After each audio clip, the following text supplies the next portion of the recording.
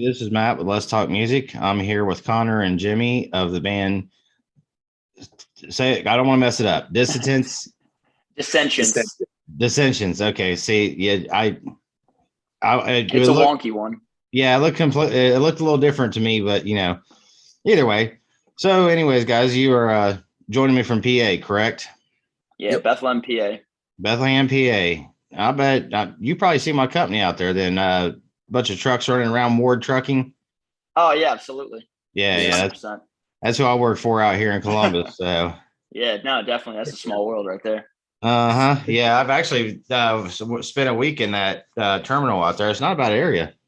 No, I mean the Pretty Lehigh nice. Valley is great, so Yeah. can't complain too much. So I was reading Clinical Psychosis is the new single.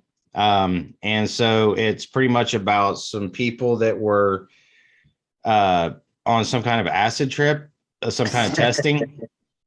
I'm gonna let Yeah. Connor take this one. Yeah, so the whole thing started.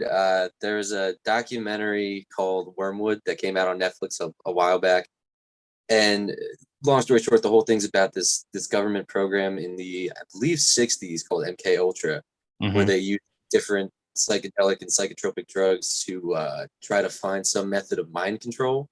But they would do crazy shit like just kind of dose all the pencil pushers in the CIA randomly at work.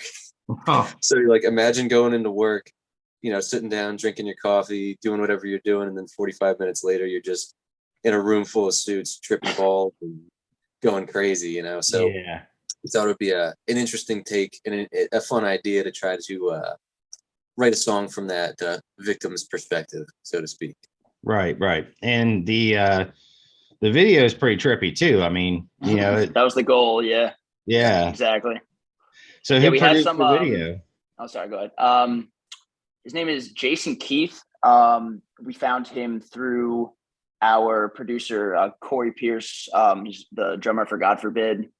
We've been working with him for a little while now, and he hooked us up with Jason. And I got to say, he smashed it out of the park. We had the artwork already done, like that background thing that kind of moves and everything.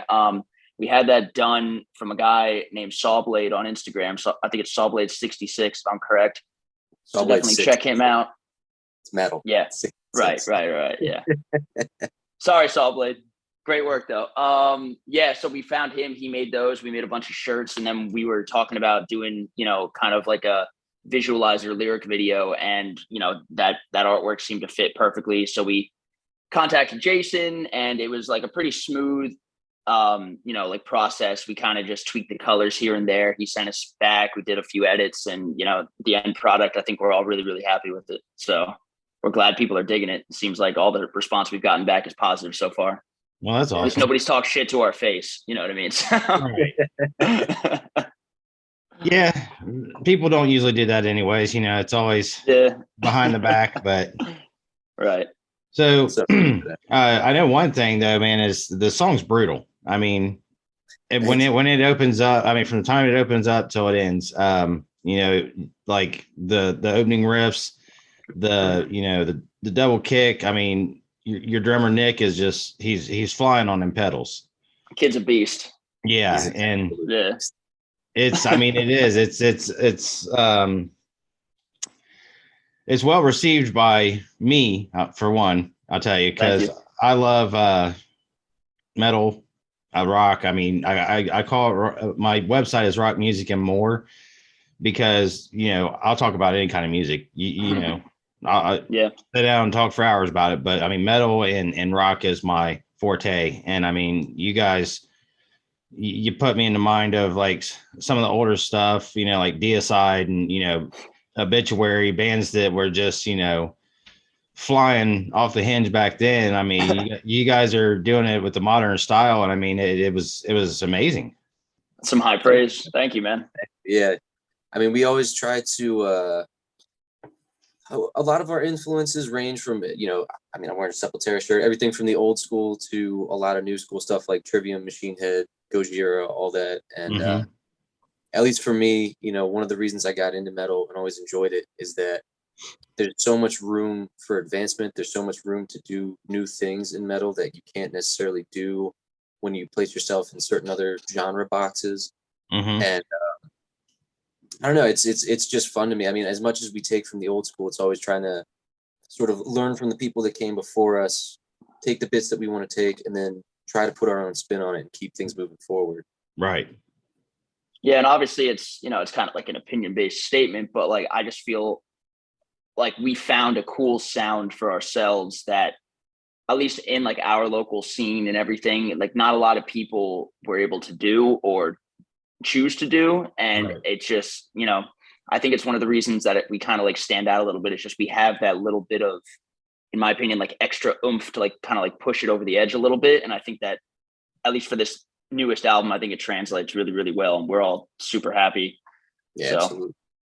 Hey, that's all that matters, man. I mean, you know, you're happy with your music. You know, you're doing what you love. I mean, that's what it's all about. absolutely, man. So the album is called Empire Anatomy. Yes. And who came up with that name? I think it was Connor.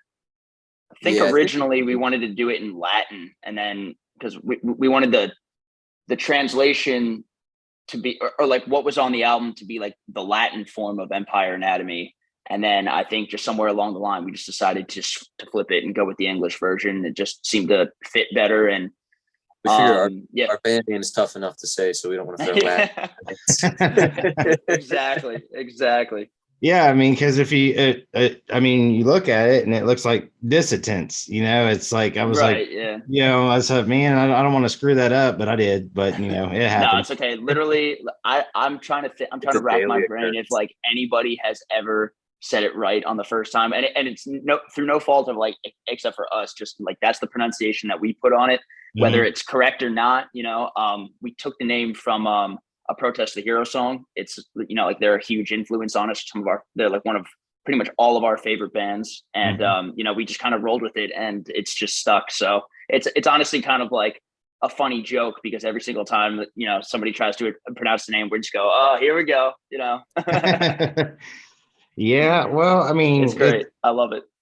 It is. I mean, it's nice that, you know, looks, I mean, it sounds different than it looks. I mean, that's really kind of cool about it in one way. And then in another way, you're like, man, I'm not saying this right. Yeah. So, but I mean, it's better than messing up your names. I mean, I've done that. Oh my God. You guys remember the band Steelheart? Mm-hmm. Yeah. Rings a bell. Yeah. I did an interview with their singer and I butchered the shit out of his name. And I was like, I'm so sorry, man. It's, you know, but he was cool about it. He's like, I mean, that's awesome. Yeah. He's from, oh shit. Not Italy, but Croatia.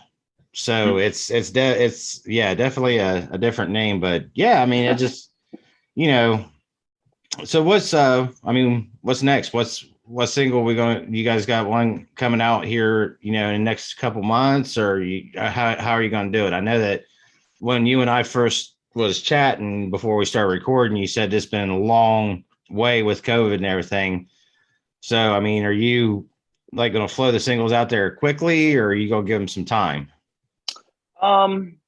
I mean, right now, I mean, with the album being out and obviously like that song's on the album and everything, it's kind of, we kind of play it as we go for right now. I mean, we're definitely working on some new material that like wasn't released in the album, you know, like new songs and everything. Mm-hmm. As far as, you know, like releasing other songs like from the album with like either like a music video or, you know, like another visualizer or something like that. I mean, we're talking about it. We're not 100% sure which direction we're going to go, but I would say realistically down the line, we'll probably put something else out. Before we put out this visualizer, when we initially released the album, we also put out a music video for the opening track, War Belief. So that's up there. I don't know if you've seen that or not, but definitely check that out if you get a chance. So we have that one out there as well. And, you know, for right now with that visualizer out there, we'll kind of just see what the future holds. We want to focus on, you know, playing out as many shows as possible. And, you know, what cooks in the background. Right. I know one thing I want to do is we have a new place out here called the King of Clubs. great venue. Several bands have played there so far. I mean, I just did an interview with Saliva, otherwise, in a band called Ninth Planet out there. Edema and a few other bands, but I want to talk to the guy that owns it, and I'd like to put something together and get some bands out here, because a lot of the bands that I talked to are East Coast. Mm-hmm. And it wouldn't be too, like you said, too far to travel, a few hundred miles. I mean, you're out in Bethlehem. I think it's like 400 and something miles. Yeah, like probably that. It's like a 6 or 7 hour drive, something like that. Right. Like so undoable, like I know a band that I interviewed, Dead by Wednesday. They're playing in Akron. He's like, yeah, man, we'd love to come to Columbus and stuff. So I'm gonna talk to the dude, see what I can work out. Man, maybe get some of you guys out here for like just kind of like an all together metal collab, because I mean the name says it all, Dead by Wednesday. Yeah, I've actually heard of them before. I forget if we played with them in the past, or like trying to figure out how their name came up. Right? Yeah. But I mean, regardless, we'd love to play Ohio. I don't think we've ever actually been out to Ohio. We've been not even up and down the East Coast and out to California. But. Yeah, well, I'll tell you, Columbus is a metal town, man. It's awesome. We're there. it will. I mean, we're one of the few now that doesn't, have a stadium, because where they did Rock on the Range, that was our soccer team's stadium, and then they built a new one for them, and that thing's just sitting there rotten, which it just hurts my heart, So, yeah. But we have a lot of good venues, in Columbus, and they're always packed full with rock bands. So, yeah, I mean it'd be great to get everybody out here and just if I could, dude, I'd throw together like a 3-day festival of all the people I've interviewed so far, because I mean a lot of great talent, man. You don't get a chance to hear it, because I mean, you guys submit your stuff to your local radio station, they play it out there, whatever, but it don't reach here, Yeah. Especially in metal too. I mean, like you'll unless it's, I don't know, maybe like Sirius XM or something like that. Like it's impossible to get like metal on the radio and whatnot with just like how it is. So that's definitely an avenue that a lot of bands, especially heavier bands, can't really explore unless they want to pay like an exorbitant amount of money to like someplace like Sirius to like feature them and whatnot. So it's tough. It's tough. Even, change your sound. There's a lot of bands that start heavy, get soft, and then they end up on the radio or something. But for a band like us, like that's been the goal since day one, is just stay heavy. We want to play heavy shit and just focus on heavy music. And I don't really ever want to sacrifice that the power of the riff to try to get some kind of radio single.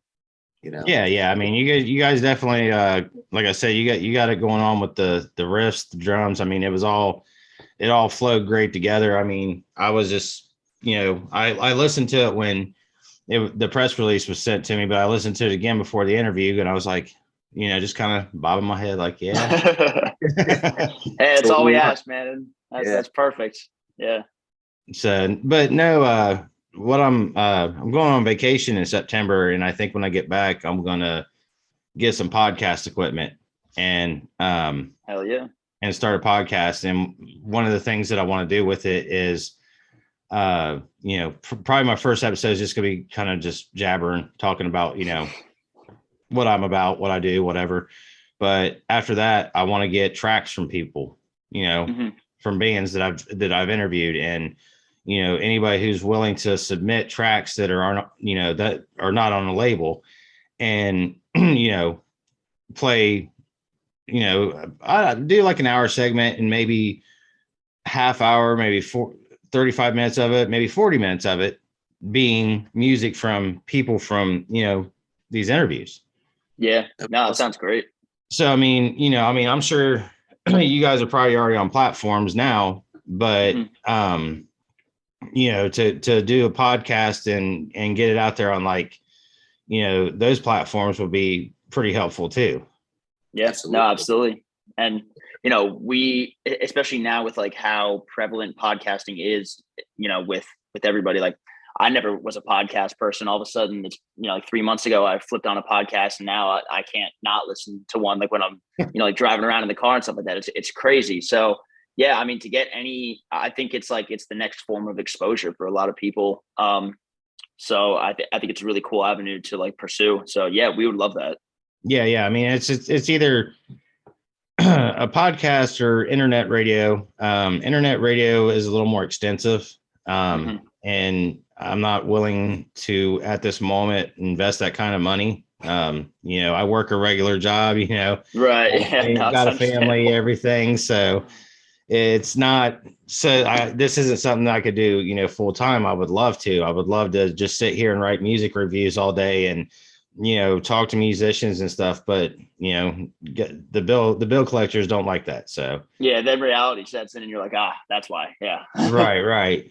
Yeah. But yeah, man, I mean, it would be, I think once I get, the equipment, get the equipment and get it started, I'm going to hit up all the publicists and say, hey, I've got every recording I've done saved on my computer, so I know all the bands that I've worked with, and I'm just hit them up like, hey, tell these guys to send me a track, and we'll get it, up there and playing.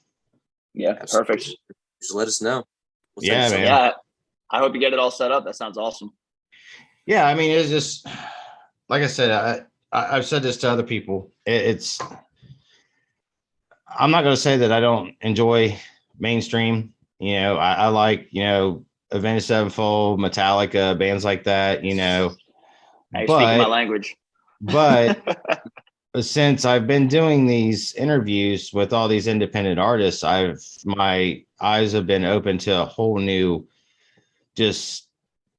I can't even say what it is. I mean, it's a whole new world, I guess. I mean, you guys are, underground more or less. You're known in your area and where you play. You got your fan base or whatever. But again, you don't get the kind of exposure you need. So it's like I had never heard of you guys until this. I mean, I had never heard of probably 90%, 95% of the bands that I've interviewed, but I'm glad I have.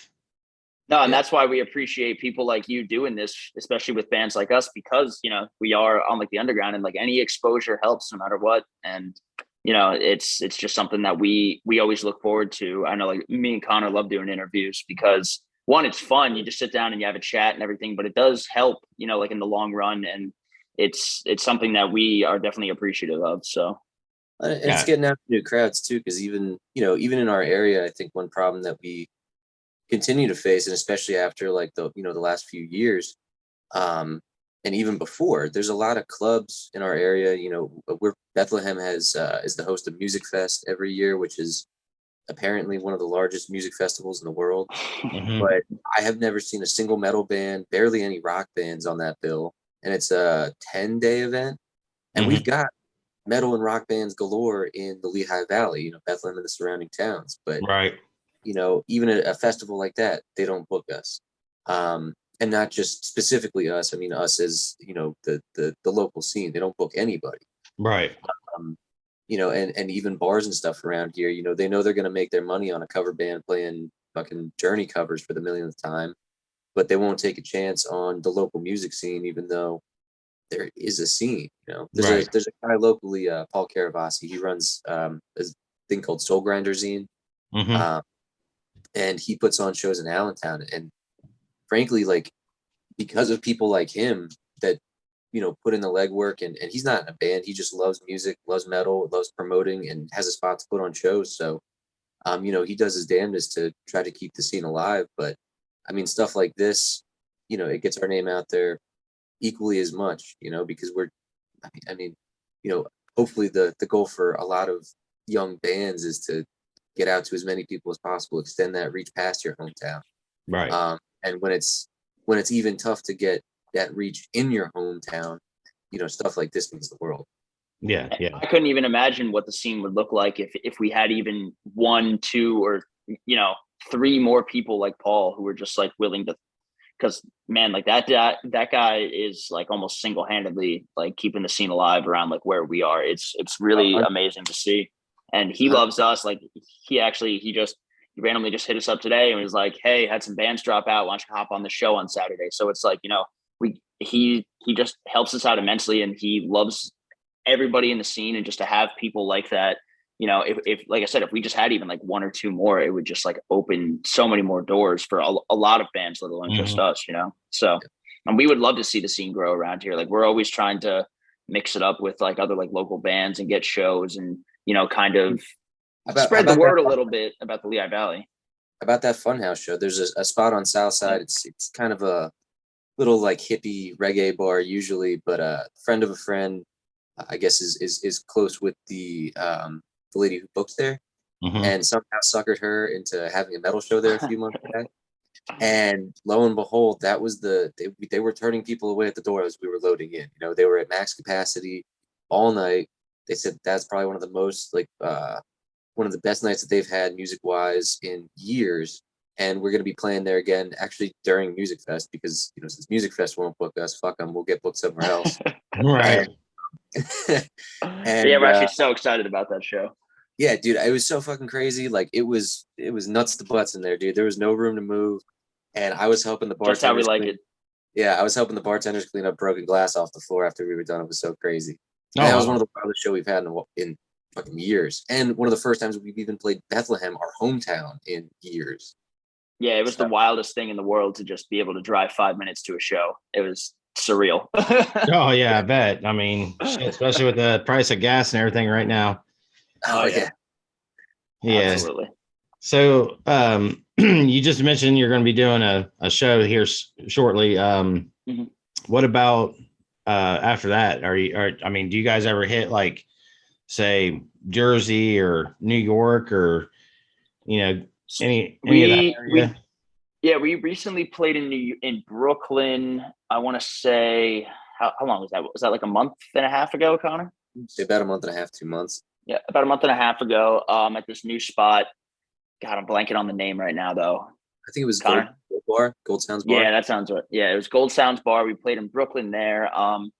The day after we do that Music Fest-ish show, we're actually driving up to Connecticut to play some outdoor fest with Thy Will Be Done, I think, is headlining. And that should be a rager. I'm very excited for that. We haven't played like a legit outdoor festival yet, so that's going to be exciting for us.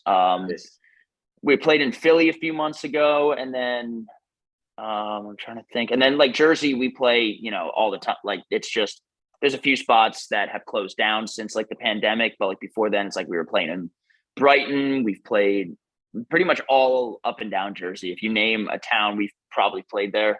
We played down in Delaware, Maryland. I'm trying to think if we've gone into Virginia. California. We played the Viper Room out in LA. Yes, I've seen that. Yeah, that was an amazing experience. Yeah, I would imagine so. That place has got some serious history. Absolutely. Didn't it recently close down, or aren't they closing it? That's a damn shame. I heard it was being sold. Yeah. It's okay. Yeah, no, but that was an awesome experience. I mean, on a whim, I think Jimmy signed us up for the Vakken Metal Battle, and I think we didn't even really, not that we didn't care, but we were like, fuck it. I mean, we're just stoked. If we get into it, we were playing St. Vitus in New York, which is like one of the big metal bars in New York. So we're like, even if we don't win this shit, hopefully, we can make some connections in New York, whatever. We get to play Vitus, which is sick.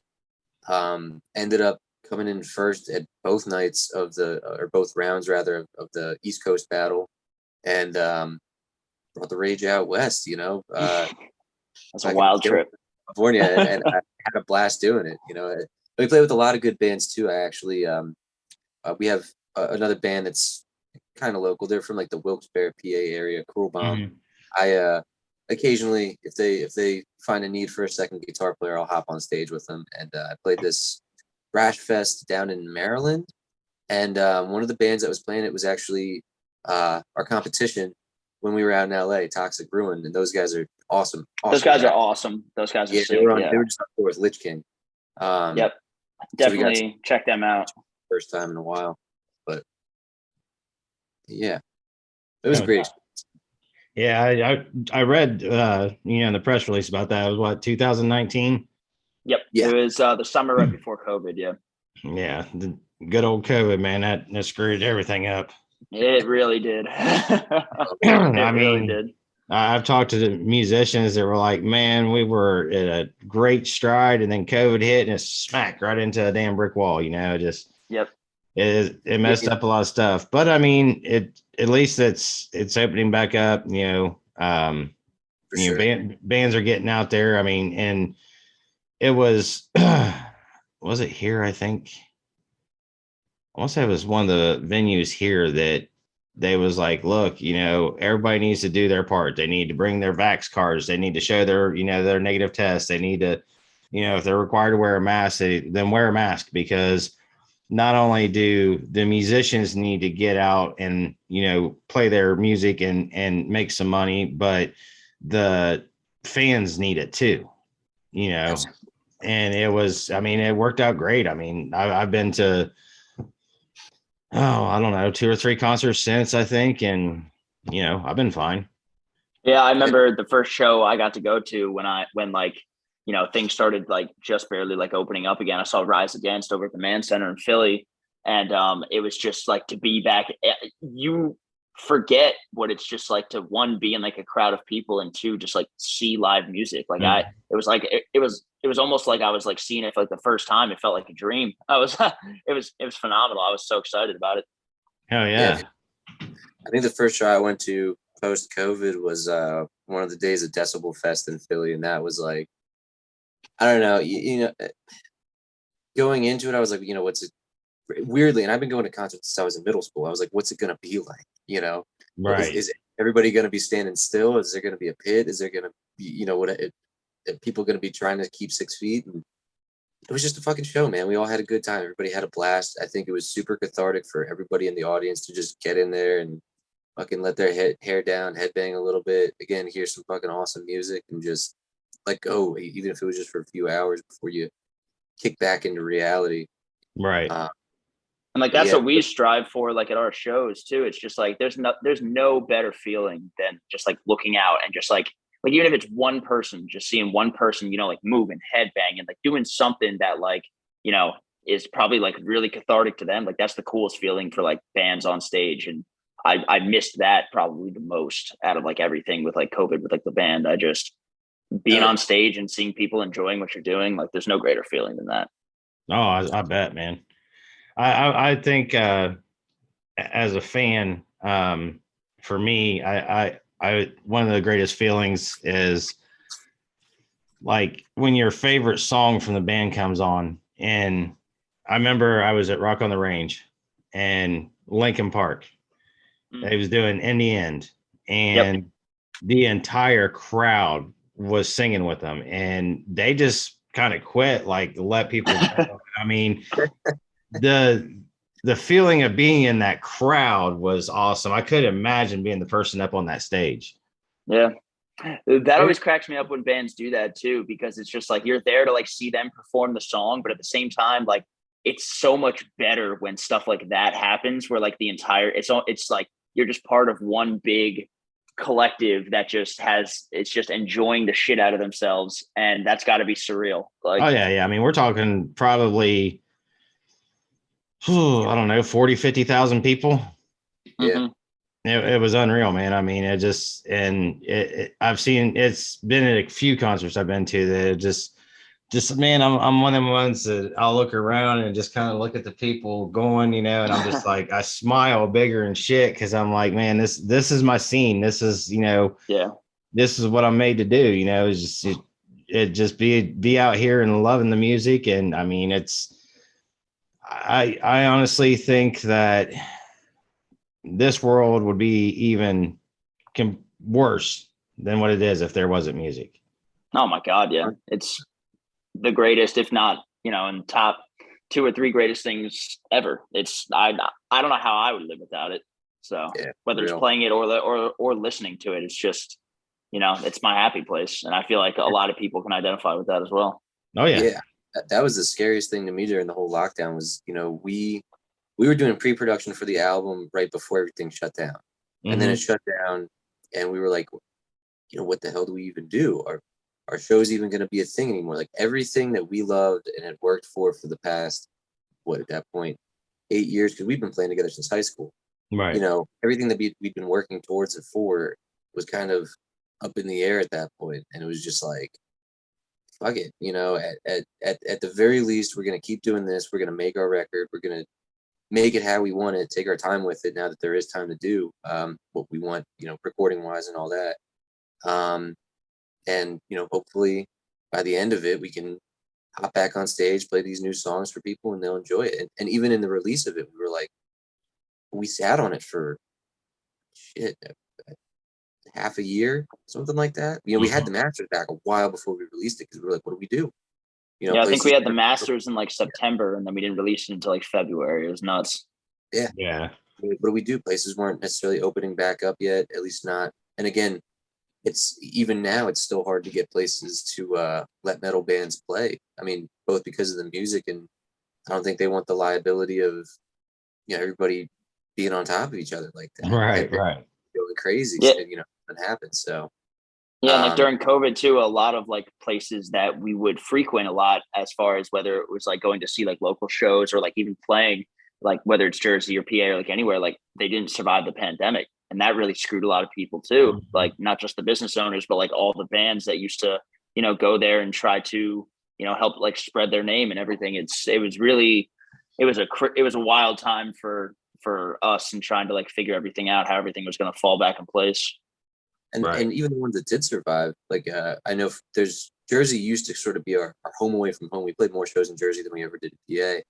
And that's kind of flipped now because a lot of, like I said, a lot of places would rather book a cover band because they know it's going to make them more money at the door. It's going to put more money in their bartenders and their servers' pockets, which I, understand and respect. But it's crazy to me that now, like there's a venue in Jersey that we used to get, monthly emails from with a whole slew of shows that, we from local to national headliners coming there, like in the metal realm, looking for openers, blah, blah, blah. And now I think of the last like 3 or 4 months of emails, I think I saw one metal show playing there. Everything else was cover bands or, rock bands or something like that, which is cool too. But, for us, it's like, it seems to be that there's, at least for the time being, less and less opportunities popping up. So when they do, you got to run and take them, especially someone in our position. Like I said, that the whole goal is to play as far and wide as we can and get as many people to listen to our music as we can. So hell yeah, buddy. And I know I've said it a few times so far throughout this interview, but again, it's just another reason why like we're so appreciative of like people like you taking the time to talk to us and like, listen to the music and kind of help spread the word, because a lot of the avenues that we had before, they're not there anymore. And it's, it's tough. Yep. All right, guys. Well, Connor, Jimmy, I really do appreciate your time. And I'm going to, like I said, try to do everything I can to get you guys out there, get you heard. But hopefully, we'll work something out, or I can maybe wave a magic wand and we'll get you out here to Columbus. Oh, absolutely, man. You say the word and we're down. So, just let us know when I'm going to say when, not if, you get all, those details sorted out, and we'll be there. So awesome. All right, guys. Well, I'm out of time, so I appreciate it, and I will get with you soon. Awesome, man. It was great meeting you. Thank you. Thank you.